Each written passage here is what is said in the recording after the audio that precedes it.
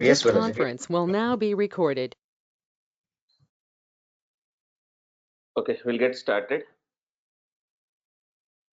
As we discussed in the last demo, right, we will be covering what is Terraform, why we need to use Terraform, and all the Terraform use cases and the concepts of Terraform. But before we directly get into the Terraform, we have to understand resources. Using Terraform, we are going to create a resources. That resources can be AWS cloud resources, that resources can be Azure cloud resources or GCP cloud resources, or any other resources which can be created using Terraform providers. So first, we'll try to understand what is cloud computing, and what is cloud service or resources, how to create and manage those cloud resources like AWS resources manually using GUI, so that we can learn Terraform and we can understand Terraform easily.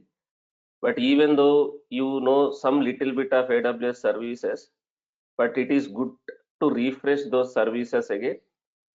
And also, we are discussing some additional services as part of this Terraform program, that is RDS, DynamoDB, and also CloudWatch. So my suggestion, even though you know AWS, but it is good to refresh the AWS concepts one more time and learn some additional services. Then we will get into the Terraform. So let's get started. What is cloud? What is cloud computing? Why do we need to use cloud computing? Right? If you take any application, as I told in the last session in the demo, if you take any application requires lot of infrastructure resources. So what do you mean by infrastructure resources, right? To host any application, you need lot of infrastructure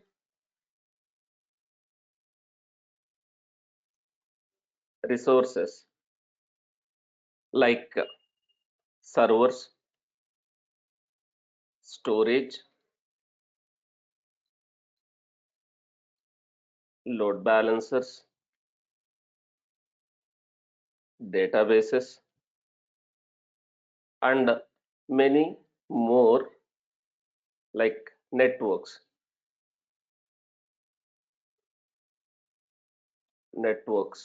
right? And many more softwares also we may going to use to deploy any application. So before, in the traditional way, in the traditional architecture, as I told, right, if you take any application, application servers, we need database servers, we need to set up the database, we need application servers to set up the applications. And these applications and database servers, earlier we used to manage in on-premise environment, something called data center, that is on-premise environment. So we have various challenges, various drawbacks or challenges with on-premise infrastructure. So the major and most challenging drawbacks of this on-premise infrastructure is expensive. So as an organization, as a company, they have to procure the required hardware, and they need to set up the hardware into some data center within their location, within their premises. So it is more expensive. Lot of capital expenditure is required to set up the data center, and also more time consuming, because as I told in the last demo, right, the request has to go through lot of teams. We may need to raise a request with procurement team, procurement team will raise a intake with the vendors who supply that hardware, and again the field engineers, system administrators, network administrators, storage administrators has to work to set up the hardware into a data center. And it is, we have a limited scalability. So whenever you need some additional hardware, like you need some additional compute power, or you may need some additional storage to store the files, right? So it is very difficult to scale. It will take a lot of time, and there is a little scope for automation, limited automation. In on-premise environment, we don't have a scope for automating majority of the infrastructure task. So these are the challenges or drawbacks, I can say, with on-premise infrastructure. So any application, any business you take, that application should be highly available, fault tolerated, scalable, and elasticity. So if you are using on-premise environment like a traditional environment, we have a limited scope for scaling, right? Whenever you want to scale some compute power like CPU and memory, and you may need to scale your storage, so you have a limited scope for scalability. You may need to procure additional hardware again, and it will take more time as well. And we have a limited scope for scalability and elasticity. It is highly impossible. Elasticity in the sense scaling the infrastructure, or scale in, scale out, grow or shrink the infrastructure resources dynamically as needed in an automatic way. It is highly impossible in a traditional infrastructure model, right? We don't have a scope for scalability, elasticity, fault tolerance, high availability in a on-premise environment. So to overcome this one, people started using cloud computing. People started using cloud computing. I hope everyone is clear what is on-premise environment, what are the challenges or drawbacks with on-premise environment before I get into the cloud.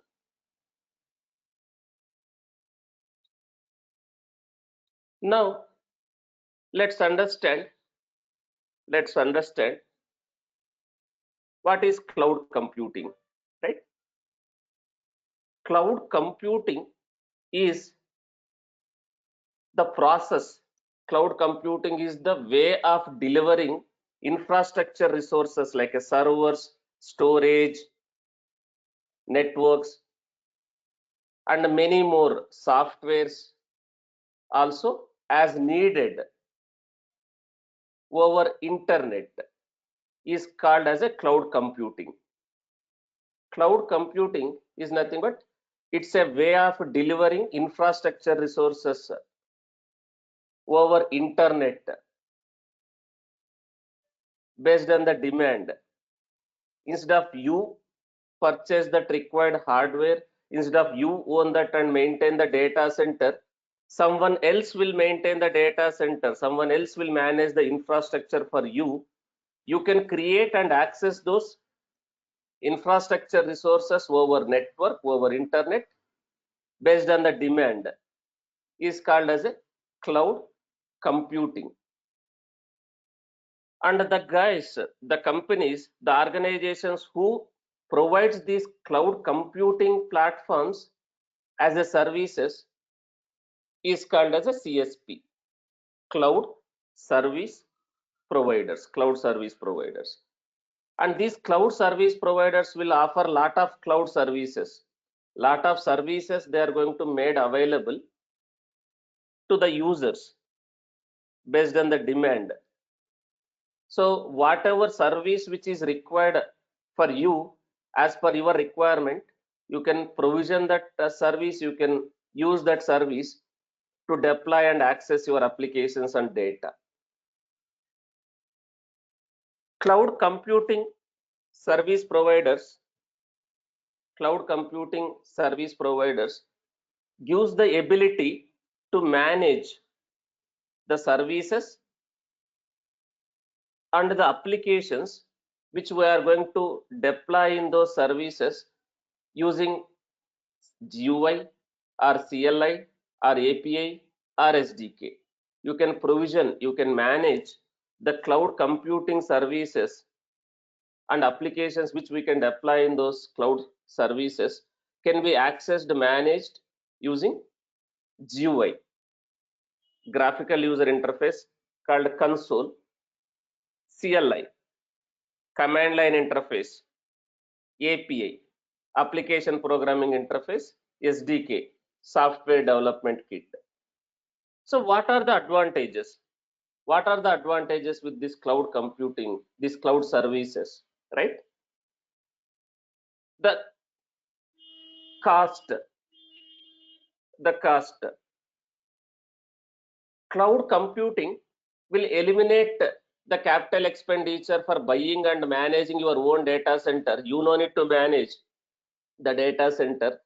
That cloud service providers will buy the required hardware and software to set up the data centers, and they will manage the data center based on your requirement. You can just rent the servers from the service providers. So you no need to invest lot of capital expenditure. And next, speed.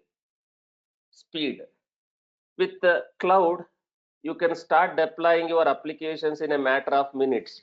With cloud, you can start deploying your applications in a matter of minutes. You can quickly create how many servers you may need for that application, and how much storage you may need to store and retrieve your data of that application, required networks, load balancers, managed databases, and many more. You can quickly create and start deploying and accessing your applications. And also, we can achieve scalability and elasticity. Scalability and elasticity we can achieve in cloud computing.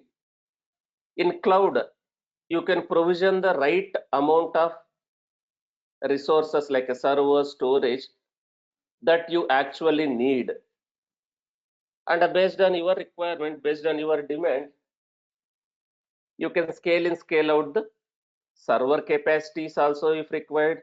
You can scale out the storage capacity also. And again, instead of manually scaling, you can automatically scale so that we can achieve elasticity. And these cloud computing services are highly available and reliable. Highly available and reliable. So whatever services you are creating in the cloud computing platforms, those services is highly available and reliable. You can access at any time. Wherever you sit in the world, you can access over internet those services. And we can deploy our applications globally in a minute, which means you can start deploying your applications by creating an infrastructure in whatever region you want. If you take any cloud platform, their infrastructure is available. They're offering the services around the globe, across the globe. They have their infrastructure, they have their services available in multiple regions across the world. Wherever you want to deploy your application, you can create required services in that region, and you can start accessing the applications. So we can overcome all those challenges whatever we have with a traditional infrastructure. And there are various types of cloud computing. There are various types of cloud computing. Types of cloud: public clouds, Types of clouds. Types of clouds. Public cloud, private cloud, and hybrid cloud. Public cloud, private cloud, and hybrid cloud. So public cloud, the cloud computing resources that required hardware or required data centers will be managed by some third-party providers like AWS or Azure or GCP, right? So the required hardware, required data centers, right? Instead of we manage and we set up, third-party service providers like AWS or Azure or GCP, they will manage the data center, and whoever wants the hardware resources, that compute resources, anyone can go ahead and start creating a resources from those providers.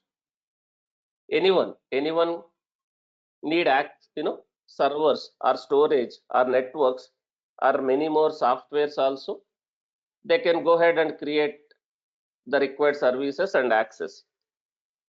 It's available for everyone. Examples for public cloud. Examples for public cloud like AWS, Microsoft Azure,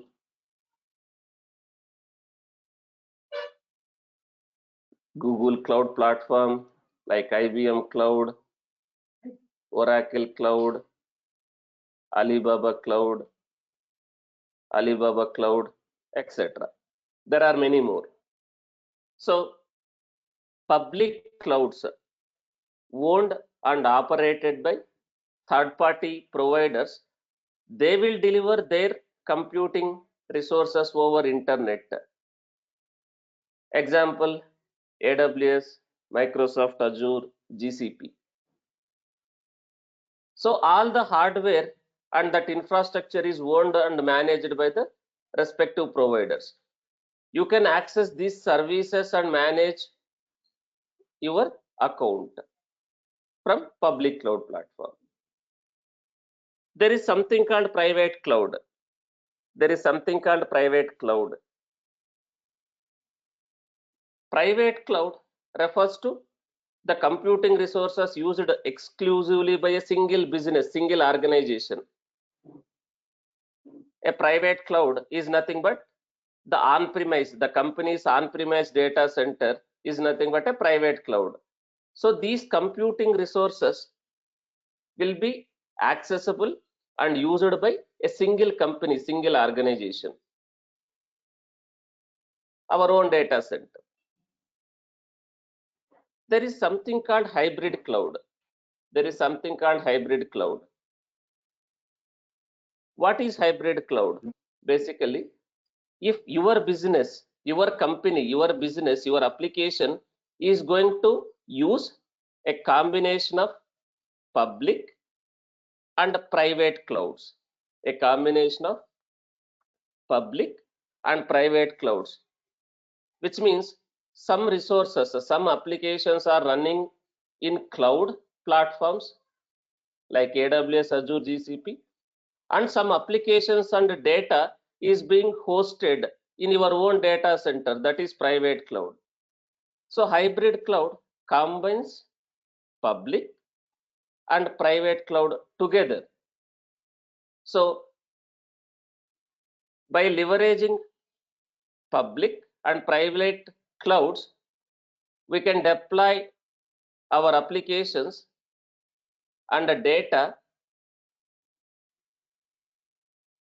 securely, and also you can achieve compliance, you can achieve security requirement and compliance requirement, and also you can achieve availability, scalability from the cloud, public cloud, and you can achieve security and compliances requirements from your private cloud. So using combination of public and private cloud model is called as a hybrid cloud. And there is something called multi-cloud. Some companies, some organizations will use multi-cloud. What do you mean by multi-cloud, right? For single application, single company, same organization, same company, they can leverage two or more public cloud computing platforms to perform various actions. So they don't want to depend on a single cloud provider. They don't want to depend on a single cloud provider.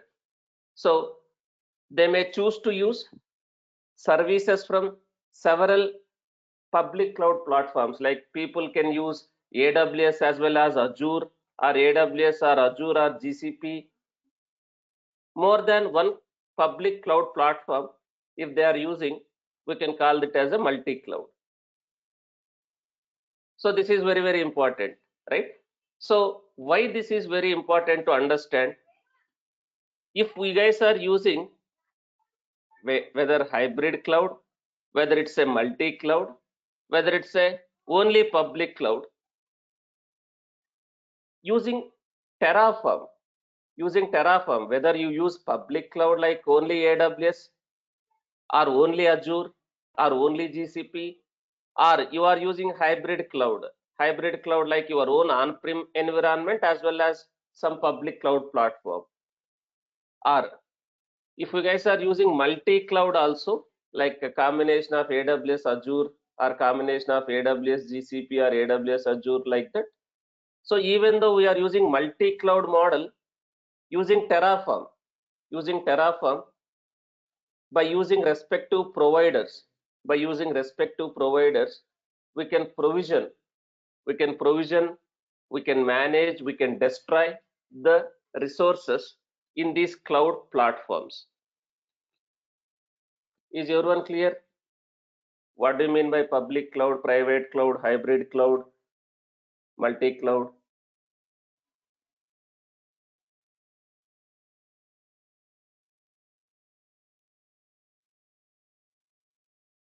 Now, if you take any cloud platform, whether you are using AWS or whether you are using Azure, whether you are using GCP or IBM Cloud, Oracle Cloud, Alibaba Cloud, there are offering services. They're offering services. We call that as a cloud service, or we call it as a cloud resource, cloud service or cloud resource, or we call it as a cloud resource or cloud service. You take any cloud platform, like AWS, Azure, GCP, IBM Cloud, Oracle Cloud, Alibaba Cloud, whatever cloud you take, right? They are going to offer services. We call it that as a cloud service or cloud resource. That service or resource can be computing power, computing power, computing, computing services, or computing resource or service. Example, computing services or resource, like in AWS we have a EC2. That computing service or computing resource is nothing but a server, or storage resource, or storage also. They are going to offer storage also as a service, whether it's a block store, whether it's a object store, whether it's a file store. They are going to offer storages also as a service. Based on your demand, you can create and access those services, compute services, storage services, right? And also networking related services, networking related services, and also many more softwares also as a service. Not only hardware resources, they are going to provide softwares also as a services. Any cloud platform you take, they are going to offer the computing resources as a services, storage resources as a services, network resources as a services, and software resources also as a services. So we have some service models. We have some service models, cloud service models. Cloud service models, they are primarily categorized into these things. They are primarily categorized into these things. Cloud service models, they are primarily categorized into infrastructure as a service, platform as a service, software as a service. Infrastructure as a service, platform as a service, and software as a service. You take any cloud. What is infrastructure as a service? What is infrastructure as a service, right? So the underlying hardware, that underlying hardware like networking devices, storage devices, and compute resources, servers, and virtualization, these are managed by the providers. That infrastructure like hardware, networking hardware, storage hardware, servers hardware, that virtualization, these components will be managed by the provider. On top of this infrastructure, we can manage these components. We can manage these components.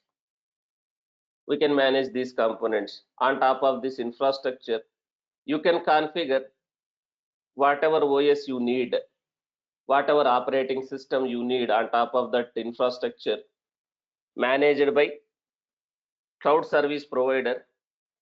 You can configure the required OS. That can be Linux OS or Windows OS or Mac OS, or within Linux also, that can be Red Hat, CentOS, Ubuntu, Debian, whatever it is.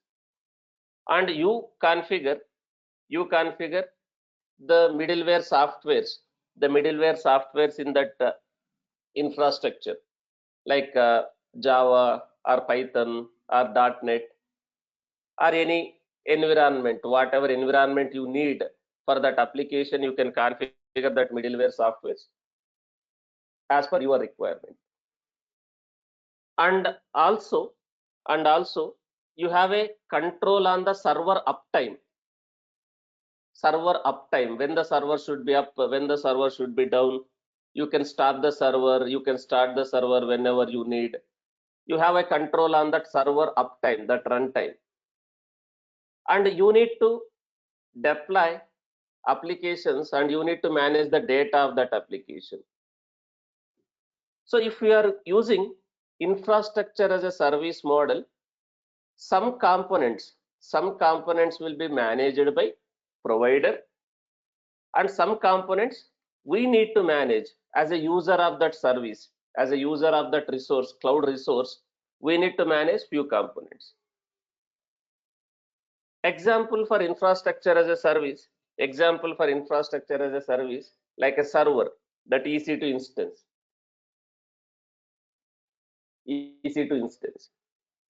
When you guys are creating a EC2 instance, are we purchasing and are we managing the underlying networking hardware, storage hardware, compute hardware? No. So these are managed by cloud computing providers only. But on top of that hardware, do we have a control to select what OS can be configured and what softwares can be installed, like Java, .NET, Python, Tomcat, or database like that? Yes. And you have a control on deploying the applications and managing the data. If anything goes wrong in these components, who is responsible?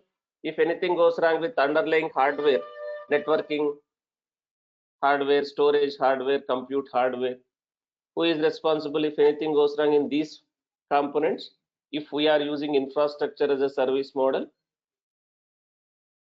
who is responsible, guys?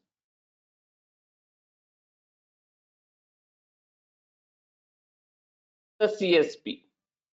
The service provider. So service provider will take care, and we need to manage if anything goes wrong here, the OS failure, you corrupted some OS file, and there is some issue with your software and application, we need to take care. So example for infrastructure as a service, in case of AWS EC2, that virtual machine. In case of Azure, we call it as Azure VM, Azure virtual machine. In case of GCP, we call it as a compute engine. Is everyone clear? What is infrastructure as a service? Who is managing what and who is managing what here? As a provider, what they are managing. As a user, what you are managing. Is everyone clear?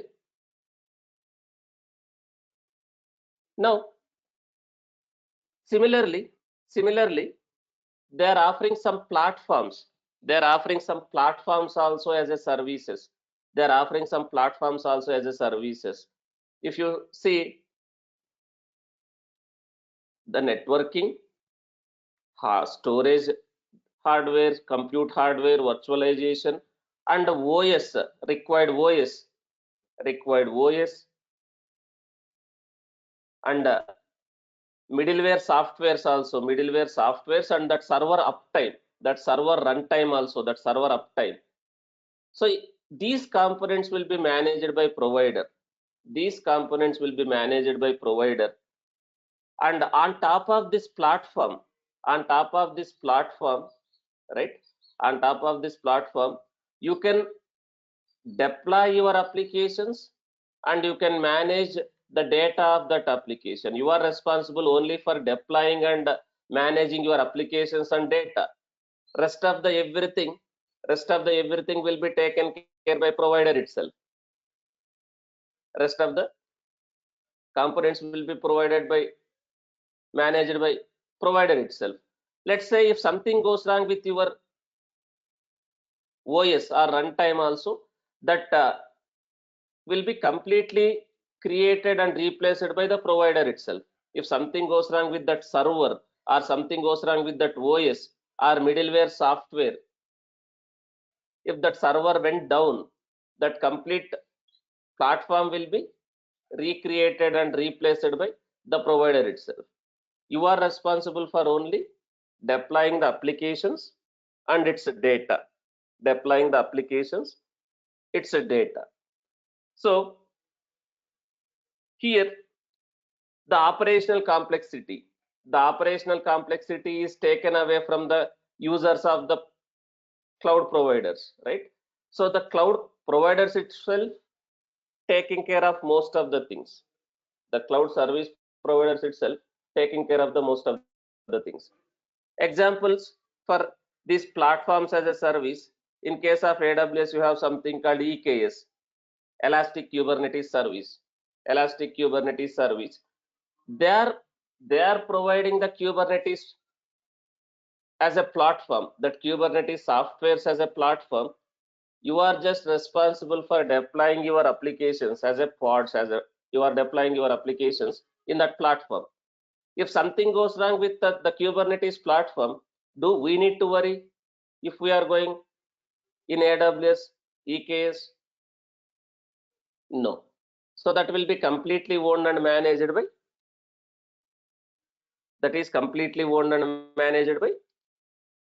the platform service providers. EKS, ECS, EKS, Elastic Kubernetes as a service. In case of AWS, in case of Azure Cloud, we have a AKE, Azure Kubernetes Engine. In case of GCP, we have a Google Kubernetes Engine. EKS or ECS, Elastic Container Services. Instead of you set up the containerization softwares and servers, instead of you manage the containerized servers and container softwares, right? You can directly create and run your containers in ECS platform. Container services also available as a platform. Like this, you have some platforms also available as a services. Is everyone clear? What is PaaS, platform as a service?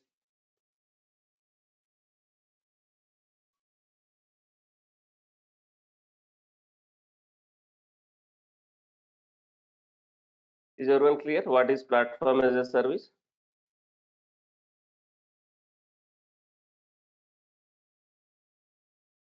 Now, let's understand software as a service. Software as a service. So instead of you develop, you manage, application, that software also. Some softwares also available as a services. Some softwares also available as a services. So if you are looking something, if you are looking something that software is already available as a service, you can just create that service and start using it. You can just create that service and start using it, right? In case of Microsoft, people use Office 365. Many people use Office 365, right? Does everyone will use Office 365 in most of the companies? Yes, right? Office 365 suite. It comes with the Outlook, communicator, many things available as a software. Email also as a service. Email also as a service, right? Email, instead of you develop something to send the mails, there are emails also you can send as a service. And messaging queues like SQS, SNS, there are a lot of softwares also available as a service. So you take any cloud computing platform, they are offering some resources that can be compute resources, storage resources, network resources, or softwares also they are offering as a resources. Is everyone clear? The cloud service models or cloud resources.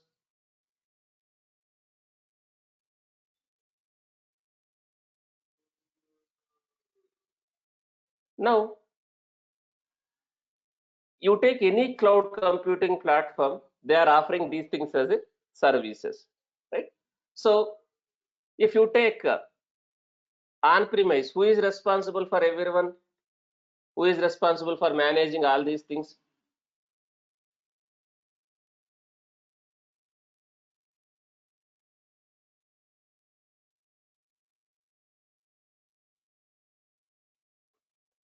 If you are managing, if it is your own data center, who is responsible for all these things?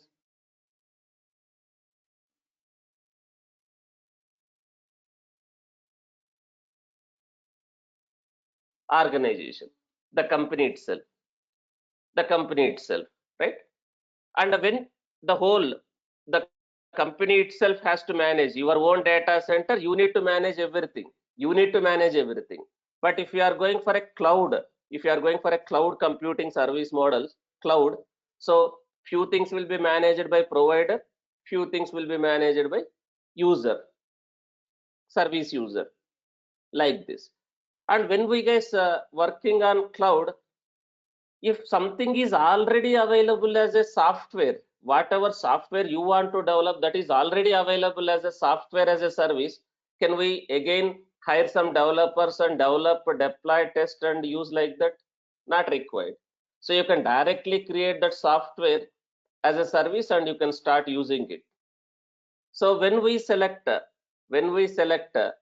when we go with cloud, what is the order of preference? What is the order of preference you will prefer? You can see if there is something is available, so that I can directly use, so software as a service.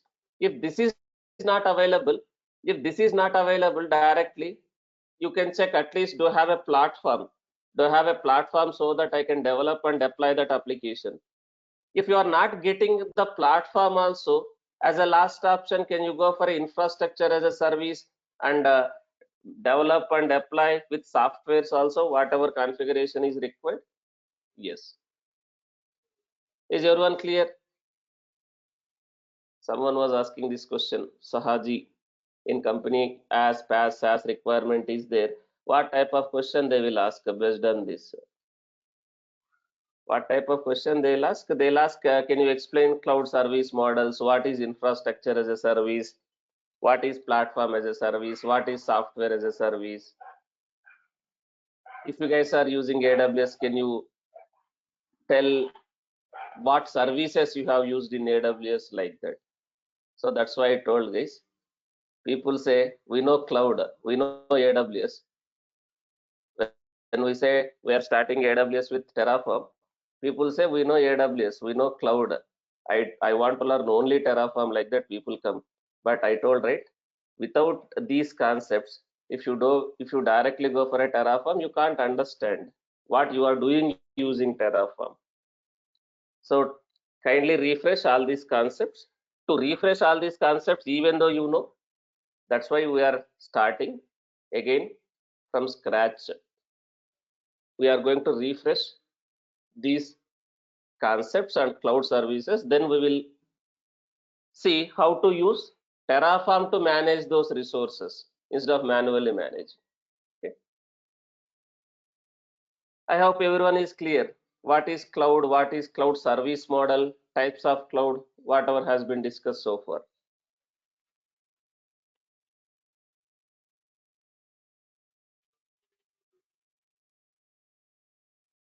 Now we will see the popular cloud service providers, the popular cloud providers. As I already told, there are various CSPs, cloud service providers, or we call it as a cloud providers or cloud service providers. So Amazon Web Services, Microsoft Azure, Google Cloud Platform, Alibaba Cloud, IBM Cloud, Oracle Cloud, Salesforce Cloud, VMware Cloud, Rackspace. Like this, there are various cloud service providers are there. But if you see the market, if you see the infrastructure, that clouds infrastructure market, right? The worldwide market share of leading computing infrastructure providers as per Q2, right? These three, these three cloud platforms are widely used: AWS, Azure, and GCP. These are the top three cloud service providers used by many companies, many applications in the world: AWS, Azure, Google Cloud. All are doing the same business. All are doing the same business: AWS, Azure, GCP. What they are offering, what AWS, what GCP, what Azure, and Alibaba Cloud, IBM Cloud, Oracle Cloud, what all these guys are doing? All these guys are offering infrastructure resources, computing resources, network resources, storage resources, and some other softwares and platforms also as a services they are offering. But out of these popular service providers, AWS is widely used. AWS is most popular, most widely used cloud service provider. Guys, if you know one cloud platform, adapting or learning the other cloud platform becomes easy, right? Everyone doing the same thing. Whatever AWS is offering, Azure also offering same set of services, but here and there some additional services will be there in Azure, which may not be there in AWS. And some additional services might be there in AWS, which may not be there in Azure, but everyone is offering the common computing resources as a service, storage resources as a service, network resources as a service, and software also as a services, platforms as a services. Out of these three, AWS is widely used compared to the others. But you may have a doubt, sir, if I know only AWS, will I able to quickly learn or use Azure or GCP? Yes, definitely yes. because all are doing same thing, right? If you understand the services, in AWS we have some services: EC2, EBS, EFS, S3, VPC, EKS, right? Like this, just to give an example. I am not listing all the services, just to give an example. Like this, ELB. Like this, we have some services in AWS. If you go to Azure also, in Azure, we have something called Azure VM, Azure Disk, Azure File Store, Azure File Store, and we have something called Azure Blob Store, Azure Blob Store, and we have something called Azure Load Balancer, and we have something called AKS. We have something called Azure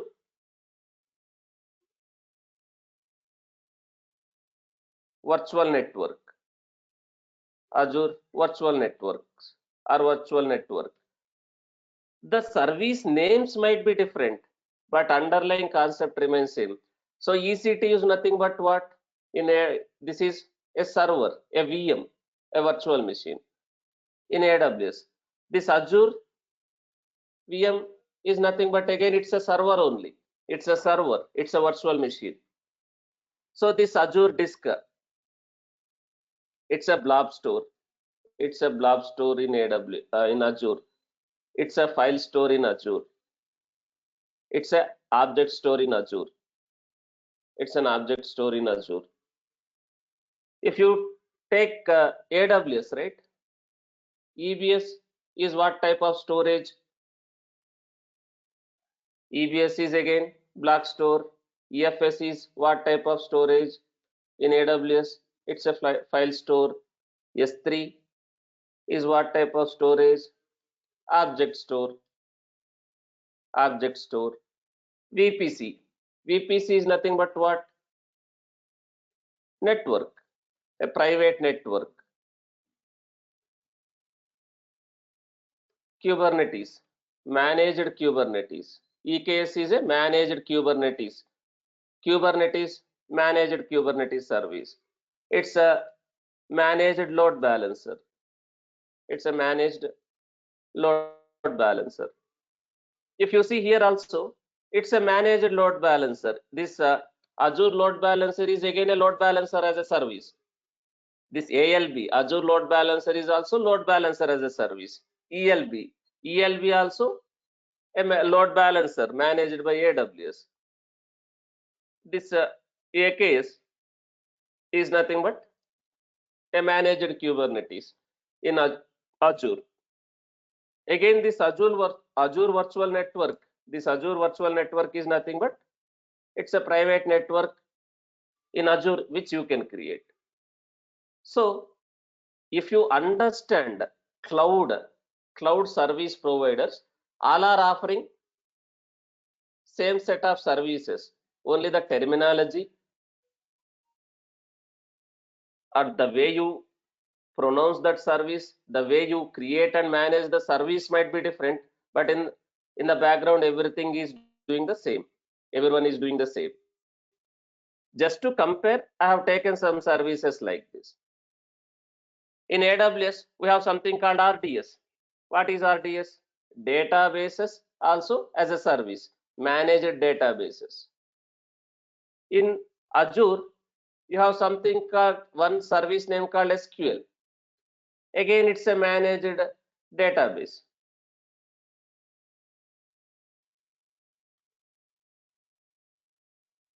In AWS, we have something called DynamoDB. In AWS, we have something called DynamoDB.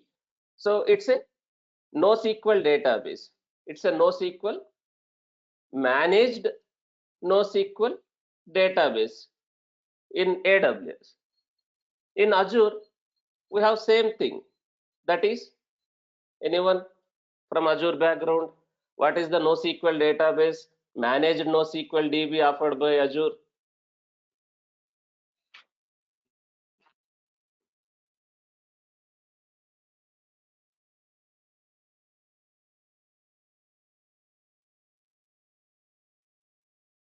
Anyone from Azure background? No, everyone from AWS background.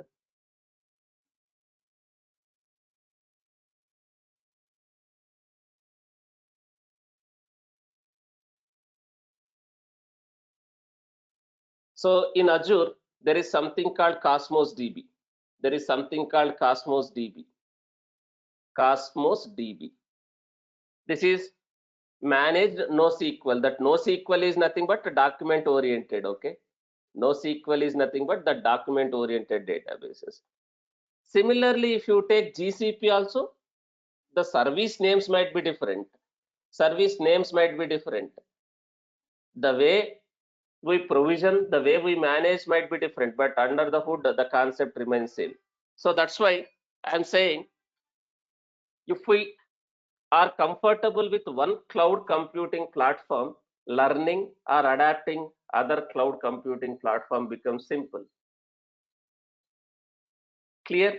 Just to compare AWS services with Azure services, I have listed like this. You may have a different questions. Sir, you are explaining Terraform with only AWS, sir. But will I able to work on if I am using Azure? Terraform is Terraform. Terraform concepts remain same. Terraform has a concept of providers. Terraform has a concept of providers. Using Terraform AWS provider, you can provision AWS resources. Can I call EC2 as a AWS resource, EBS as a AWS resource, EFS as a AWS resource, S3, all these things as a AWS resource? Yes.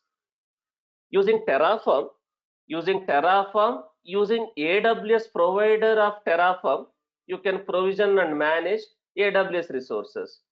Similarly, using Terraform with Azure provider, will I able to provision and manage and destroy Azure resources using Azure provider? Yes. Similarly, using GCP provider, you can provision the GCP services. So the way you have these things, right? In a GCP also, you have some concepts. The service name is different here. GCP has something called compute engine. This compute engine is nothing but a server. It's a virtual machine. In GCP, we call it as a compute engine. In GCP, we have something called Google persistent disk. This is basically a block store. And Google, we have something called Google file store. This is a file storage. And we have something called GCS. Buckets. We call it as a GCS bucket. Google Cloud Storage Buckets. This GCS buckets is what type of storage? Again, it's an object store. The way you have a S3, in AWS, this we call it as a GCS buckets. Similarly, we have Google load balancers, and similarly we have a GKE. This GKE is nothing but what? Managed Kubernetes, right? Managed load balancers, right? Similarly, there are various services. In Google also, we call it as a VPC only. Google VPC. That Google VPC is nothing but a private network. Like this, all are doing same thing, guys. If you know one cloud, right? Learning or adapting other cloud also easy. If you know Terraform, Terraform concepts remain same. Terraform has a concept of providers, variables, input variables, output variables, right? Modules, workspaces, Terraform resource, Terraform provisioners, expressions, the whole concept of Terraform remains same. The Terraform script looks exactly same whether you are using Azure or GCP, but the input which you are going to give for the respective providers might be different. So in the demo, people was asking, sir, if you are explaining only AWS with the Terraform, I am using Azure, I am using GCP. It is not something new if you know with AWS provider. Other thing, concepts remain same, but the input variables which you are going to give might be different. Is everyone clear? That's why I told. That's why I told in the demo. That's why I told in the demo, right? We are covering Terraform concepts using AWS provider, but if you attend this course, right, you can build and manage your infrastructure resources with any cloud platforms.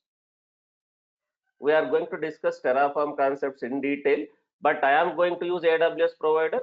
But if you are already know what is GCP, what is Azure, how Azure works, if you already know Azure services, GCP services, using Terraform, you can manage those respective resources also. Clear? Now, what is cloud? What are the popular cloud service providers? So now with this background, let's understand AWS. We will understand AWS. What is AWS, right? What is the AWS global infrastructure? What is the AWS global infrastructure? What do you mean by region? What do you mean by availability zone? We will understand now. So AWS, AWS, the full form of AWS is Amazon Web Services. The full form of AWS is Amazon Web Services. It's a subsidiary. It's a subsidiary of Amazon. AWS provides on-demand cloud computing platforms. Based on the demand, you can create and access computing resources, storage resources, network resources, pay as you go model. So pay as you go model.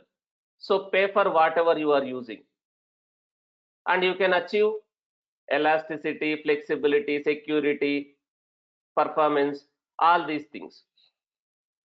You can use AWS. Using AWS, you can achieve elasticity, scalability, reliability, performance, high availability, everything. So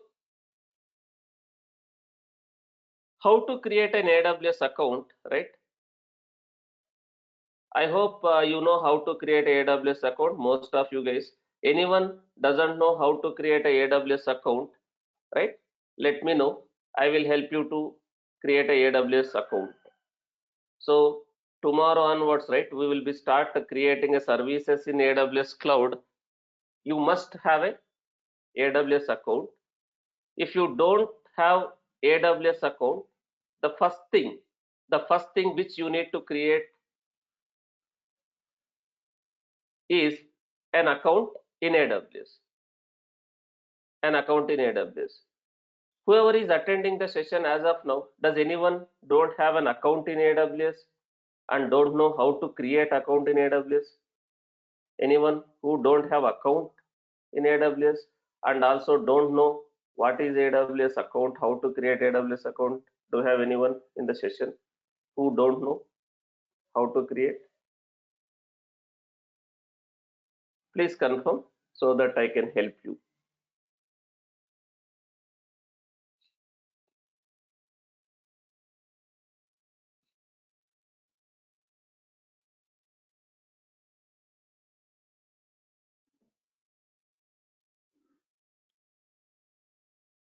So even though you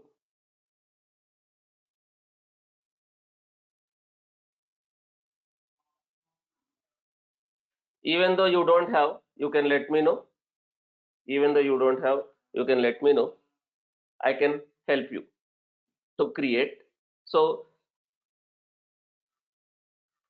there is a pre-recorded video. There is a pre-recorded video in which we have explained how to create a AWS account, right? I will share that pre-recorded video. If you don't know how to create a AWS account, there is a pre-recorded video with the documentation. We will share that video so that you can go ahead and create an account in AWS. To create an account in AWS, the prerequisites,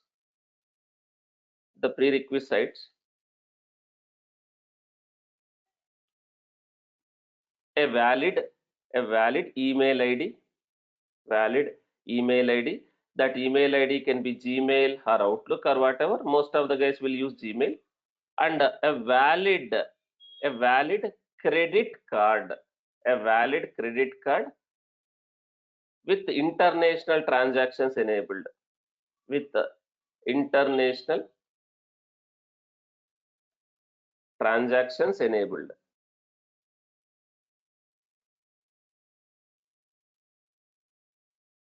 Debit cards, most of the debit cards might not be allowed, but if you guys are using master or Visa debit cards or master debit cards, they will allow, but other RuPay cards and all those debit cards are not allowed. A valid credit card with international transactions enabled, because when you create an account in AWS, right? So you have to provide your credit card details. They will deduct 2 rupees in INR, Indian rupees 2. They will deduct and they will again credit back to your account only. Just to confirm the identity, you need to provide a credit card details and you need to pay some amount, 2 rupees. They will give it back again. So you should have a valid credit card with international transactions enabled and a valid email ID and a phone number. You need to provide your phone number, a valid phone number, because they will send some OTP. So you need to have all these prerequisites so that you can create an AWS account. How to create an AWS account? There is a pre-recorded video we will share so that you can create. Vijay Lakshmi is saying they are not allowing me to create a second EC2 instance. So Vijay Lakshmi, if you are completely new to the cloud,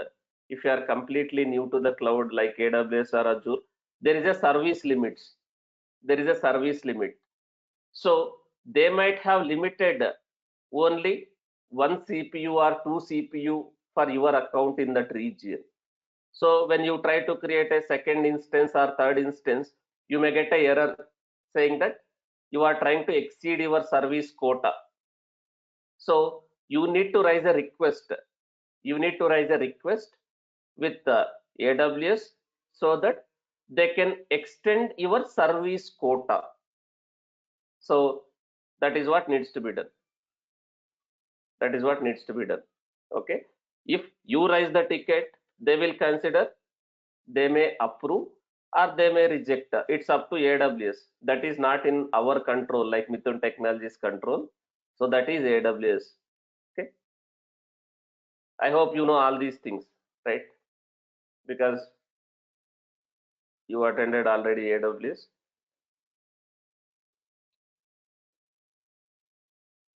Otherwise, try to create another account. If in that account they are not trying to allow, create one more account, leave that account, create a one more account and try to use that account. Okay. So if anyone don't have AWS account, let me know. I will share the pre-recorded video how to create an AWS account, which we are going to use in the next session onwards. To learn the services. Okay. So I'm skipping these two. Slides. How to create an AWS account. I'm skipping. I will give the pre-recorded video. You can follow that video to create an account. Now let's understand Let's understand AWS global infrastructure. Let's understand AWS global infrastructure. How AWS has their infrastructure planned, how they are offering their services, right? AWS cloud, AWS cloud spans across 96 availability zones. As of now, AWS cloud spans across 96 availability zones within 30 geographic regions. Within 30 geographic regions, they have already 96 availability zones within 30 geographic regions in the world, and they announced they planned 15 more availability zones and 5 more new regions they announced. So there is a concept called regions, availability zones, availability zones in any cloud, not only AWS guys, not only AWS, you take any cloud like GCP cloud, Azure cloud, IBM cloud, or AWS cloud, they have a concept of regions and availability zone. As of now, AWS has how many regions? AWS has, as of now, 30 regions. And within those 30 regions, as of now, they have 96 availability zones. 96 availability zones as of now. So there is a concept called regions and availability zones. What is region? What is region? What is availability zone? Let's understand.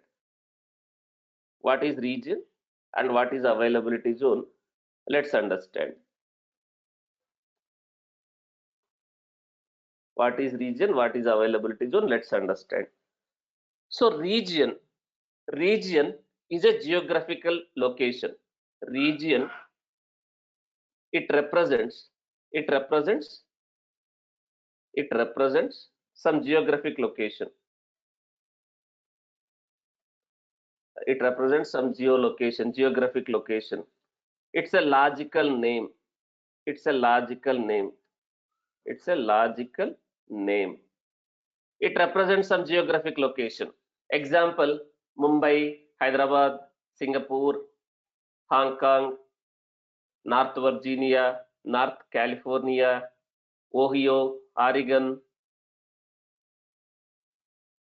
Canada Central, like that. There are regions. There are regions. So AWS cloud, AWS infrastructure spans across the globe. AWS infrastructure, AWS cloud spans across the globe. So if you see this diagram, AWS infrastructure spans across the globe. AWS is offering their services. AWS is offering their services from multiple locations. They are offering their services across the globe from multiple locations. Those locations are called as a regions. Regions. If you see in India also, they have two regions. In India also they have two regions. Two regions. In last month only, in December 2022, they have officially launched their second region in India, that is Hyderabad. That is Hyderabad. So earlier we had only one region in India. Earlier we had only one region in India, that is Mumbai.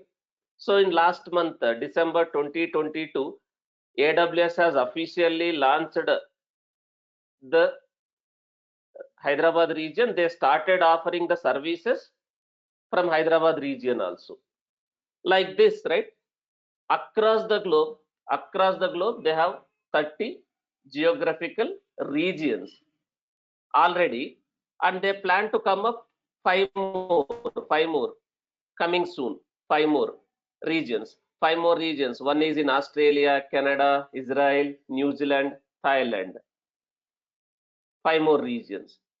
They already has a 96 availability zones, and also they plan to come up with 15 more zones.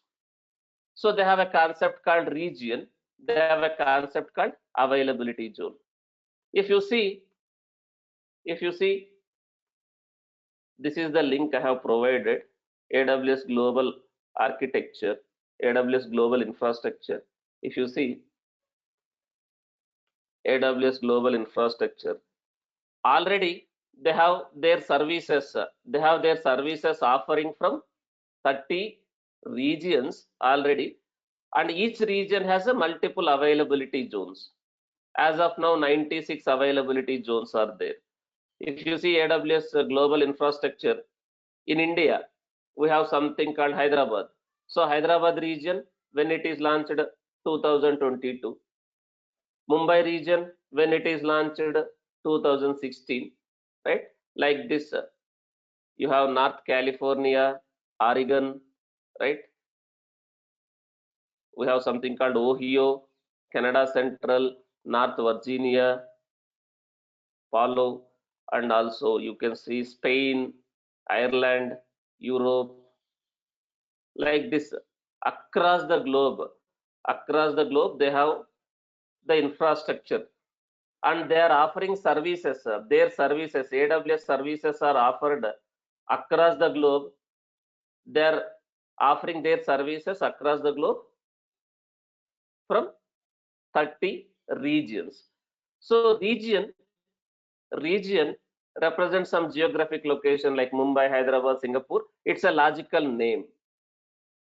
It's a logical name. AWS services, AWS is offering their services. AWS is offering their services across the globe using their regions. Across the globe using their regions. Each region, each region has 3 or more availability zones. Each region has a 3 or more availability zones. Each region has a 3 or more availability zone. If you see in India, Hyderabad, how many availability zones are there? As of now, 3 availability zones. In Mumbai, how many availability zones are? 3. If you see North Virginia, North Virginia, North California, 3, right? And Oregon, 4 availability zones. Oregon, 4 availability zone. North Virginia, how many availability zones in that region? If you see 6.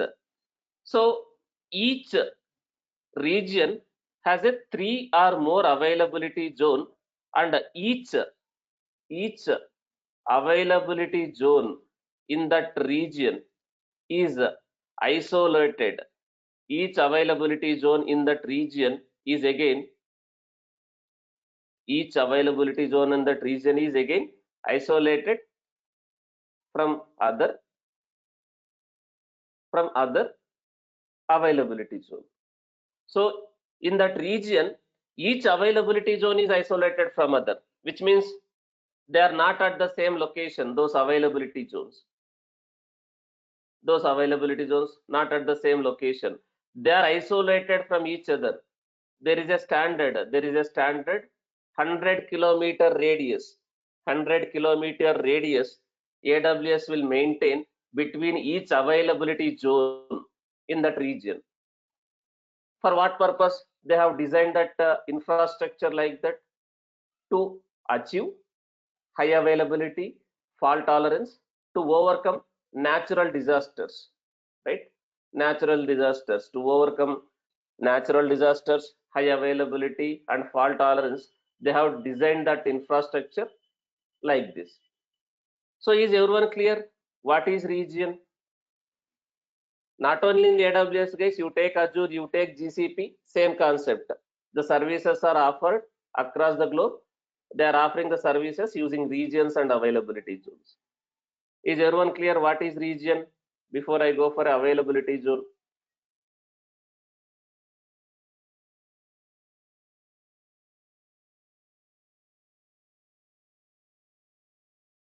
Now, what is availability zone?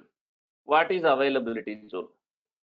Availability zone, it's a physical data center. Availability zone is nothing but a physical data center. Physical, it's a physical data center. But who is going to manage this data center and its hardware? It's a physical data center owned and managed by CSP, service provider, cloud service provider. It's a physical data center owned and managed by service provider. So if you see across the globe, it's a physical or group of single data center or group of data centers. Okay. So availability zone. Availability zone is nothing but a physical data centers. Availability zone is nothing but a physical data center, or it can be a collection of more than one data center in that region. So it's a physical data centers owned and managed by AWS. So region is a logical name. It represents some geographic location. Each region will have a multiple isolated locations known as availability zones. Each availability zone in that region is isolated from other. They are not at the same location, same building, same city. Each availability zone in that region again is not at the same location. It is not in a same building or same city like that. There is a standards 100-kilometer radius they will maintain in each and every availability zone in that region. Why? Because if there is some maintenance in one availability zone, right? If there is one maintenance, there is some maintenance in some availability zone, or there is some power outage or network outage in that city, maybe some natural disaster has happened. Due to that, some power outage, network outage, if all the data centers, all the availability zones are in same city or town, is it going to impact that whole region, the infrastructure which is running in that region, if all are at same location? Yes. So that's why they have isolated each availability zone in that region from others. So by creating our resources also, in multiple availability zones, we can protect our applications from single point of failure. Which means instead of creating all your cloud services in a same availability zone, like all of your application servers in a same availability zone, you can create your application servers, you can distribute your application servers to multiple availability zones, even though there is some maintenance in AWS availability zone, or even though there is a network failure or power failure in one availability zone. If you have your servers in another availability zone in that region, can you still access your application and its data? Yes. So is everyone clear? What is region? What is availability zone? Each region will have a multiple availability zones. Availability zones are nothing but a physical data centers owned and managed by AWS. Everyone clear? Region and availability zone. Because when you use Terraform, also in the Terraform code also you will specify region. You will specify region, right? In which region you want to create that cloud resource, whether you want to create in Mumbai region, Hyderabad region, or other region, like that.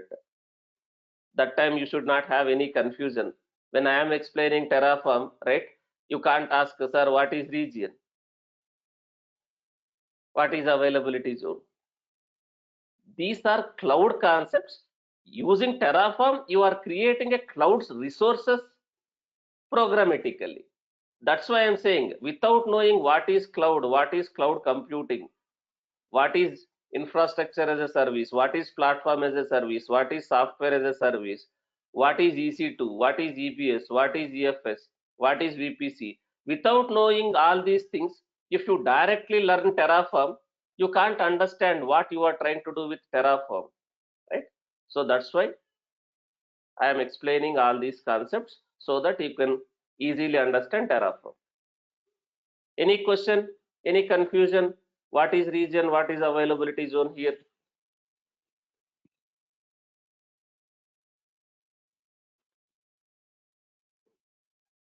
If not, AWS has some other concepts also, guys. The way you have a region, the way you have availability zone, there is something called edge locations. There is something called edge locations, local zones, right? Like this, there are some other concepts. These edge locations will be used for cache purpose, content delivery network, CDN, CDN purpose. You can cache your data in the edge locations near to the customers so that the some data, some static data can be served from the edge location so that it will improve the application performance also. We have something called local zones, edge locations like that. There are various edge locations. If you see here also, if you see regions and availability zones, if you see, right? In North America, we have these many regions. In this region, these many availability zones like that. If you see in Asia Pacific, we have Singapore region, Tokyo region, Seoul region, Hong Kong region, Hyderabad region, Mumbai region like that. You can see Hyderabad region, Mumbai region like that. So Hyderabad region also has 3 availability zones. Mumbai region also has 3 availability zones. There is something called edge locations. You can see these many edge locations are there. In India, in Bangalore, there is one edge location, Chennai, Kolkata, New Delhi, like this. There are various edge locations, Hyderabad, New Delhi, Kolkata, Bangalore, Chennai, edge locations. Edge locations is used for CDN purpose, content delivery network. You can cache something in the edge location, so end customers, end users, some data will be served from the edge location, so they can quickly get the data. As a CDN, they can use these edge locations. Is everyone clear? What is region, what is availability zone, which we will be using widely?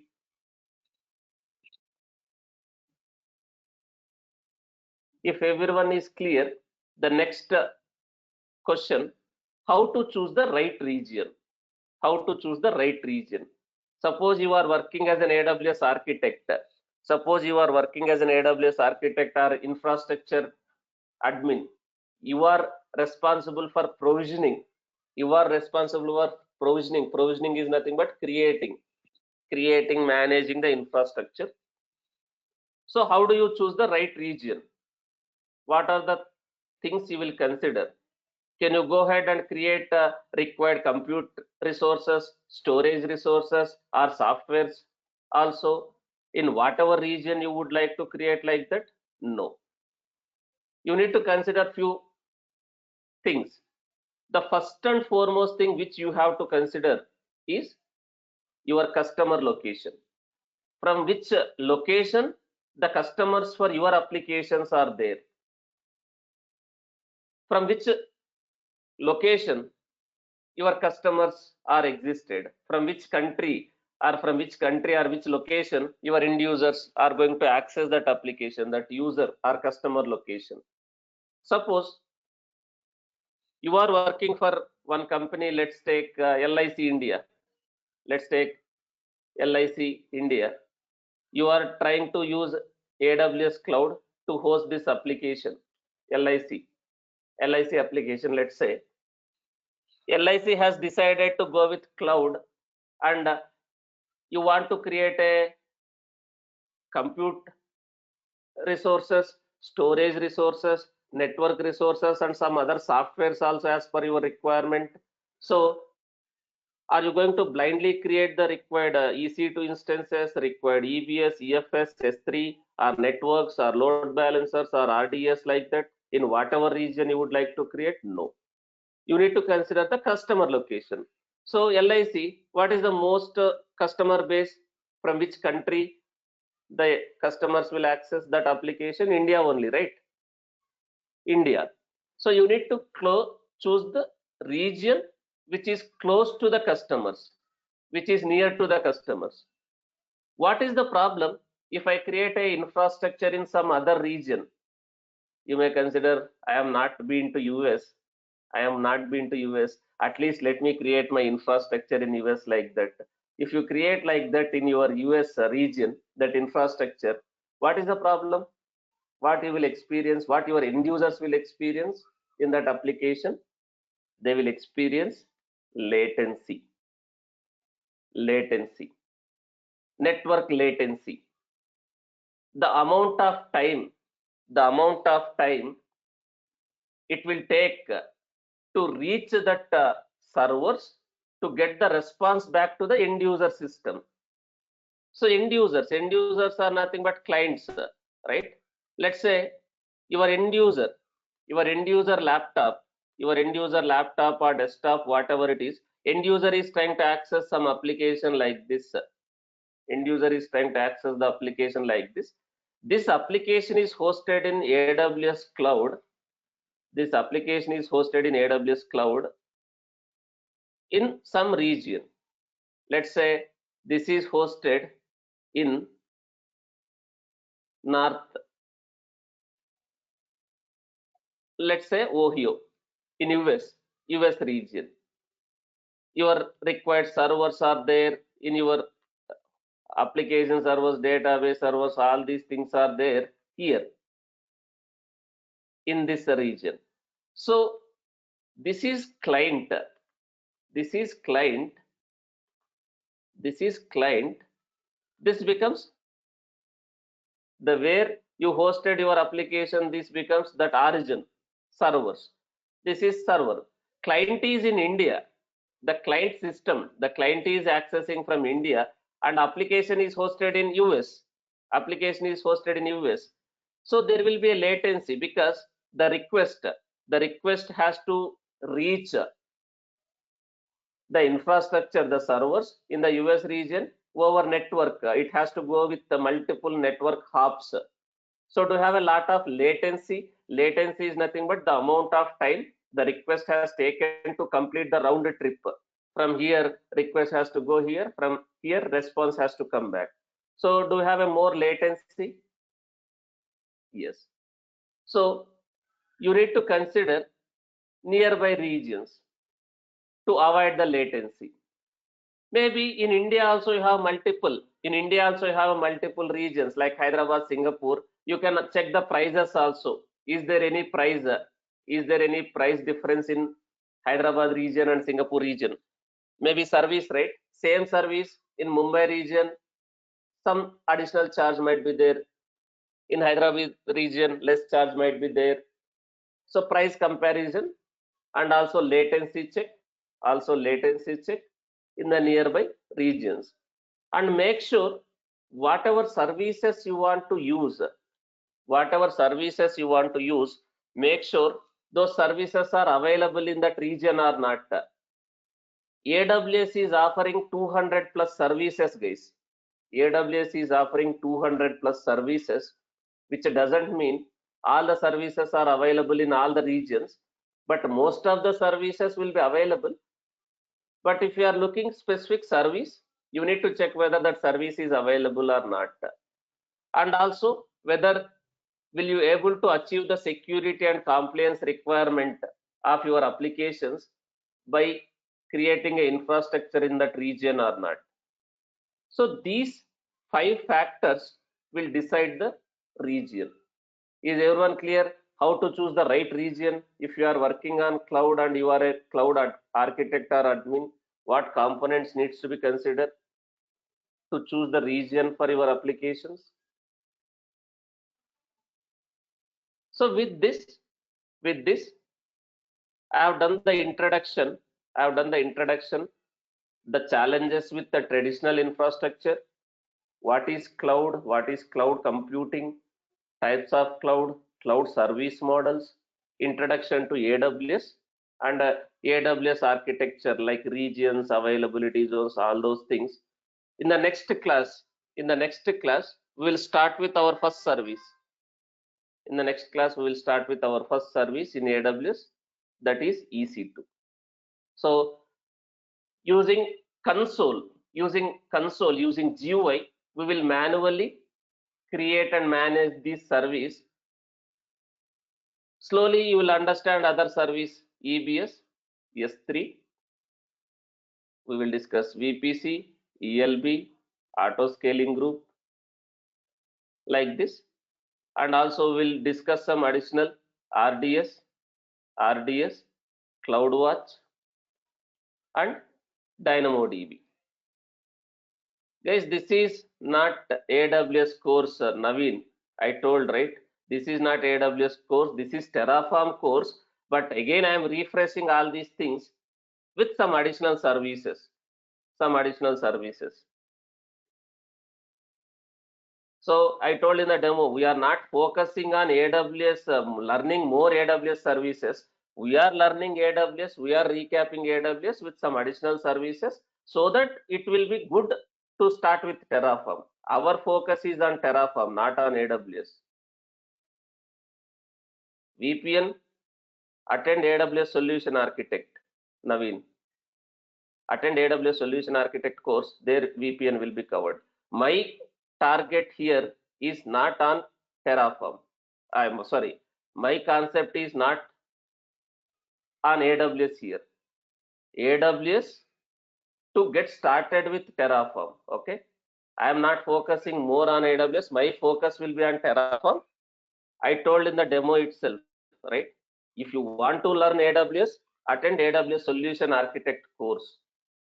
I am teaching Terraform, not AWS as part of this one, but I am teaching AWS with these services so that you can understand. If I directly go for a Terraform, you can't understand anything.